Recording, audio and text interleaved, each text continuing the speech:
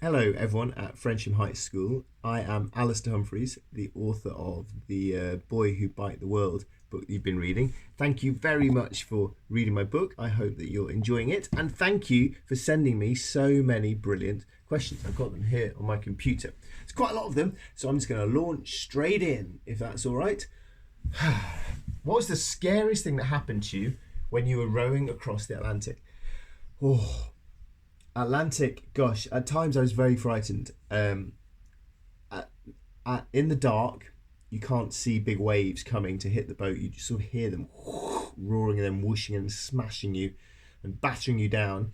And the problem with an ocean is you get no break. So you get whacked by a wave, you fall off your seat, you drop everything, everything's chaos. And then 3 seconds later, another wave and another wave and another wave 24 hours a day, 7 days a week. So there's no break from those things, which is really hard. And it felt like a bully, really. You know, like if someone's bullying in the playground, bully. Eventually, the child starts crying, and everyone else says, "Okay, guys, that's enough. Leave them alone." That doesn't happen. The waves come, boom, boom, boom, every few seconds, on and on and on.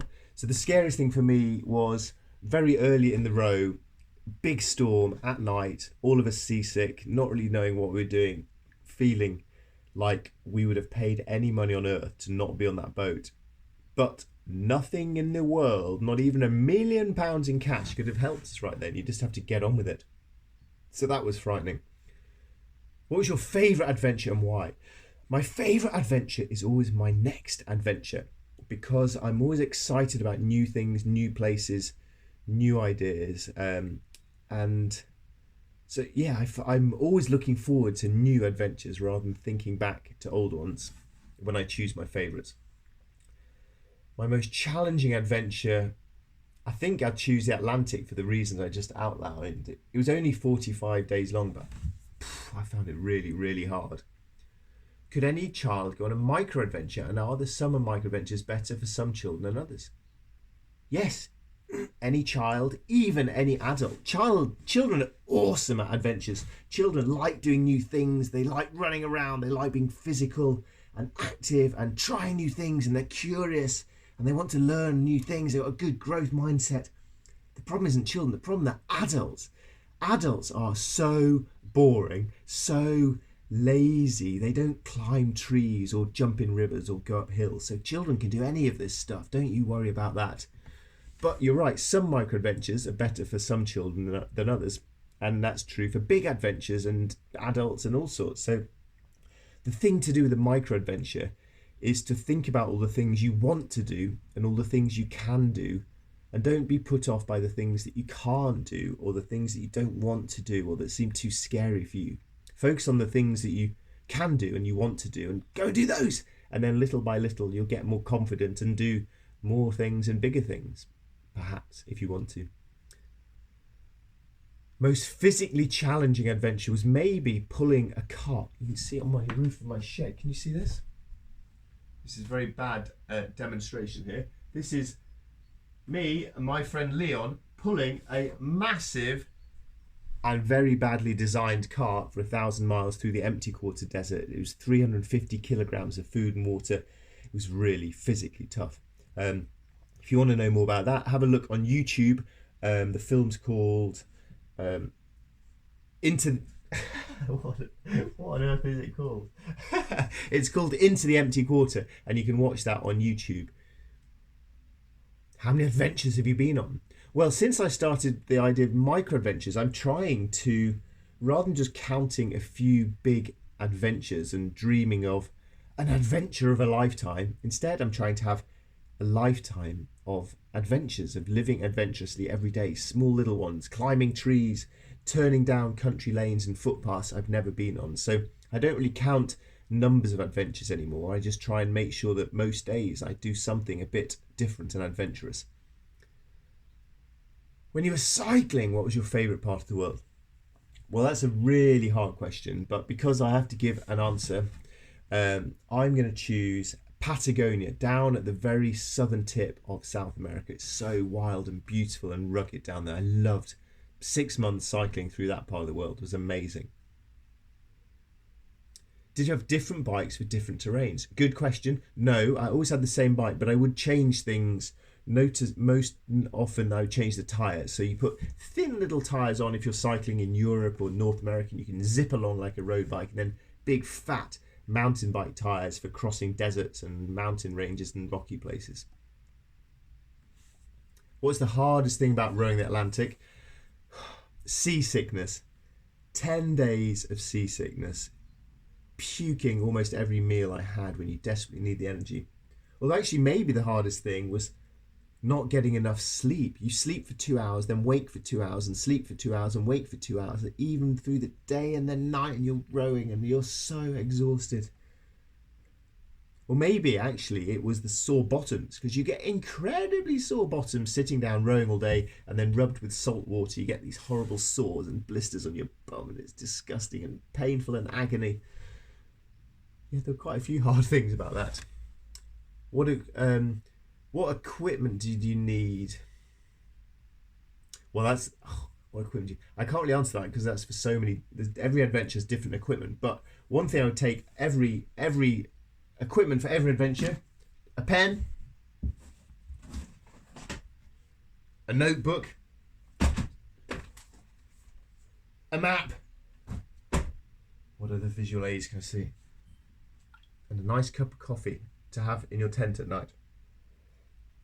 What inspired you to go on adventures? I started going on adventures because I loved reading books about adventures. I've got loads of books here of adventure, people who did mad things. I've got photos on my roof. This is if you Google Shackleton and Elephant Island, this is one of the most amazing adventure stories ever. The James Caird going off to try and rescue their mates. So yeah, reading adventure stories, and then that then got me to write this book, Great Adventures, which is all my personal adventure heroes who inspired me to go and do adventures. So it's reading books that inspire me. Do you enjoy your career? Oh man, I am so lucky. I have found something that I really love doing. I've found something that feels useful and worthwhile and a tiny bit important to do in the world. It pays me enough money to live fine and not be too worried about money. And I basically get to spend my days in my shed writing books, drinking coffee, going on adventures, writing books. I love my career. I'm so lucky. And I think probably the most important thing I can tell you out of all of these things is try, when you get your own jobs, try and find a job you enjoy. I love Monday morning, the alarm goes off, I wake up and think, Monday morning, I get to go to work, rather than, Monday morning, I hate my job. So that's my top tip. How long did you cycle before you stopped for a break? I wasn't racing, so I'd just ride till I was tired and then sit down and have a banana sandwich, or I'd ride until I saw something interesting to take a photo of, or ride till I saw someone to have a chat with, something like that. So, but roughly it was probably every 1 hour or 2 hours I'd stop, if only to have a pee. So yeah, probably about every hour or two. Did you learn lots of languages?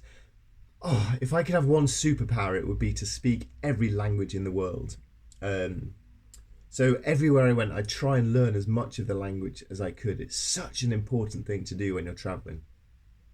Do you ever injure yourself on your adventures? I've been pretty lucky, really. The worst I've had was I ran the Marathon des Sables, which they say is the hardest race in the world. I don't know if that's true, but that's what they say to get you to sign up. 150 miles through the Sahara Desert, carrying all your food and water.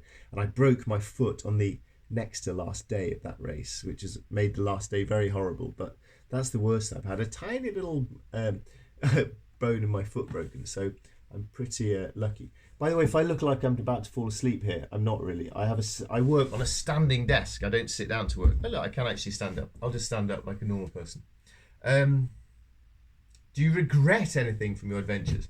What I mostly regret are the times when I've rushed, when the times I've hurried on to try and get somewhere quickly, wishing the days away rather than just enjoying being on it. But that's the only thing really. Is just, I wish I'd slow down a bit at times.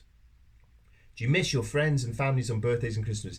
Yes, cycling around the world, birthdays and Christmases were rubbish, and they were very lonely times. And there's no doubt actually that big adventures are often lonely and they're often boring. So they're not all wonderful things all the time. You have to work through a lot of hard, difficult times to have the good times. But I guess that's like any job and life in general. Have you ever regretted an adventure you've started? I usually regret most adventures while I'm doing them. Rowing the Atlantic, pretty much every day I was thinking, this is madness.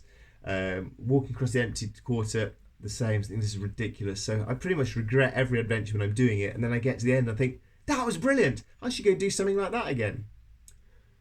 Are you still in contact with anyone you met on your travels? Yeah, some people. I made so many friends traveling around the world, which is brilliant. And some of them I'm in touch with through email, but a lot of the really nicest people I met didn't have email or even phone numbers or postal addresses. So with them, it was, you meet this lovely person, you have a really nice time together, and then you say goodbye, and you'll never see them again, and all that's left is memories.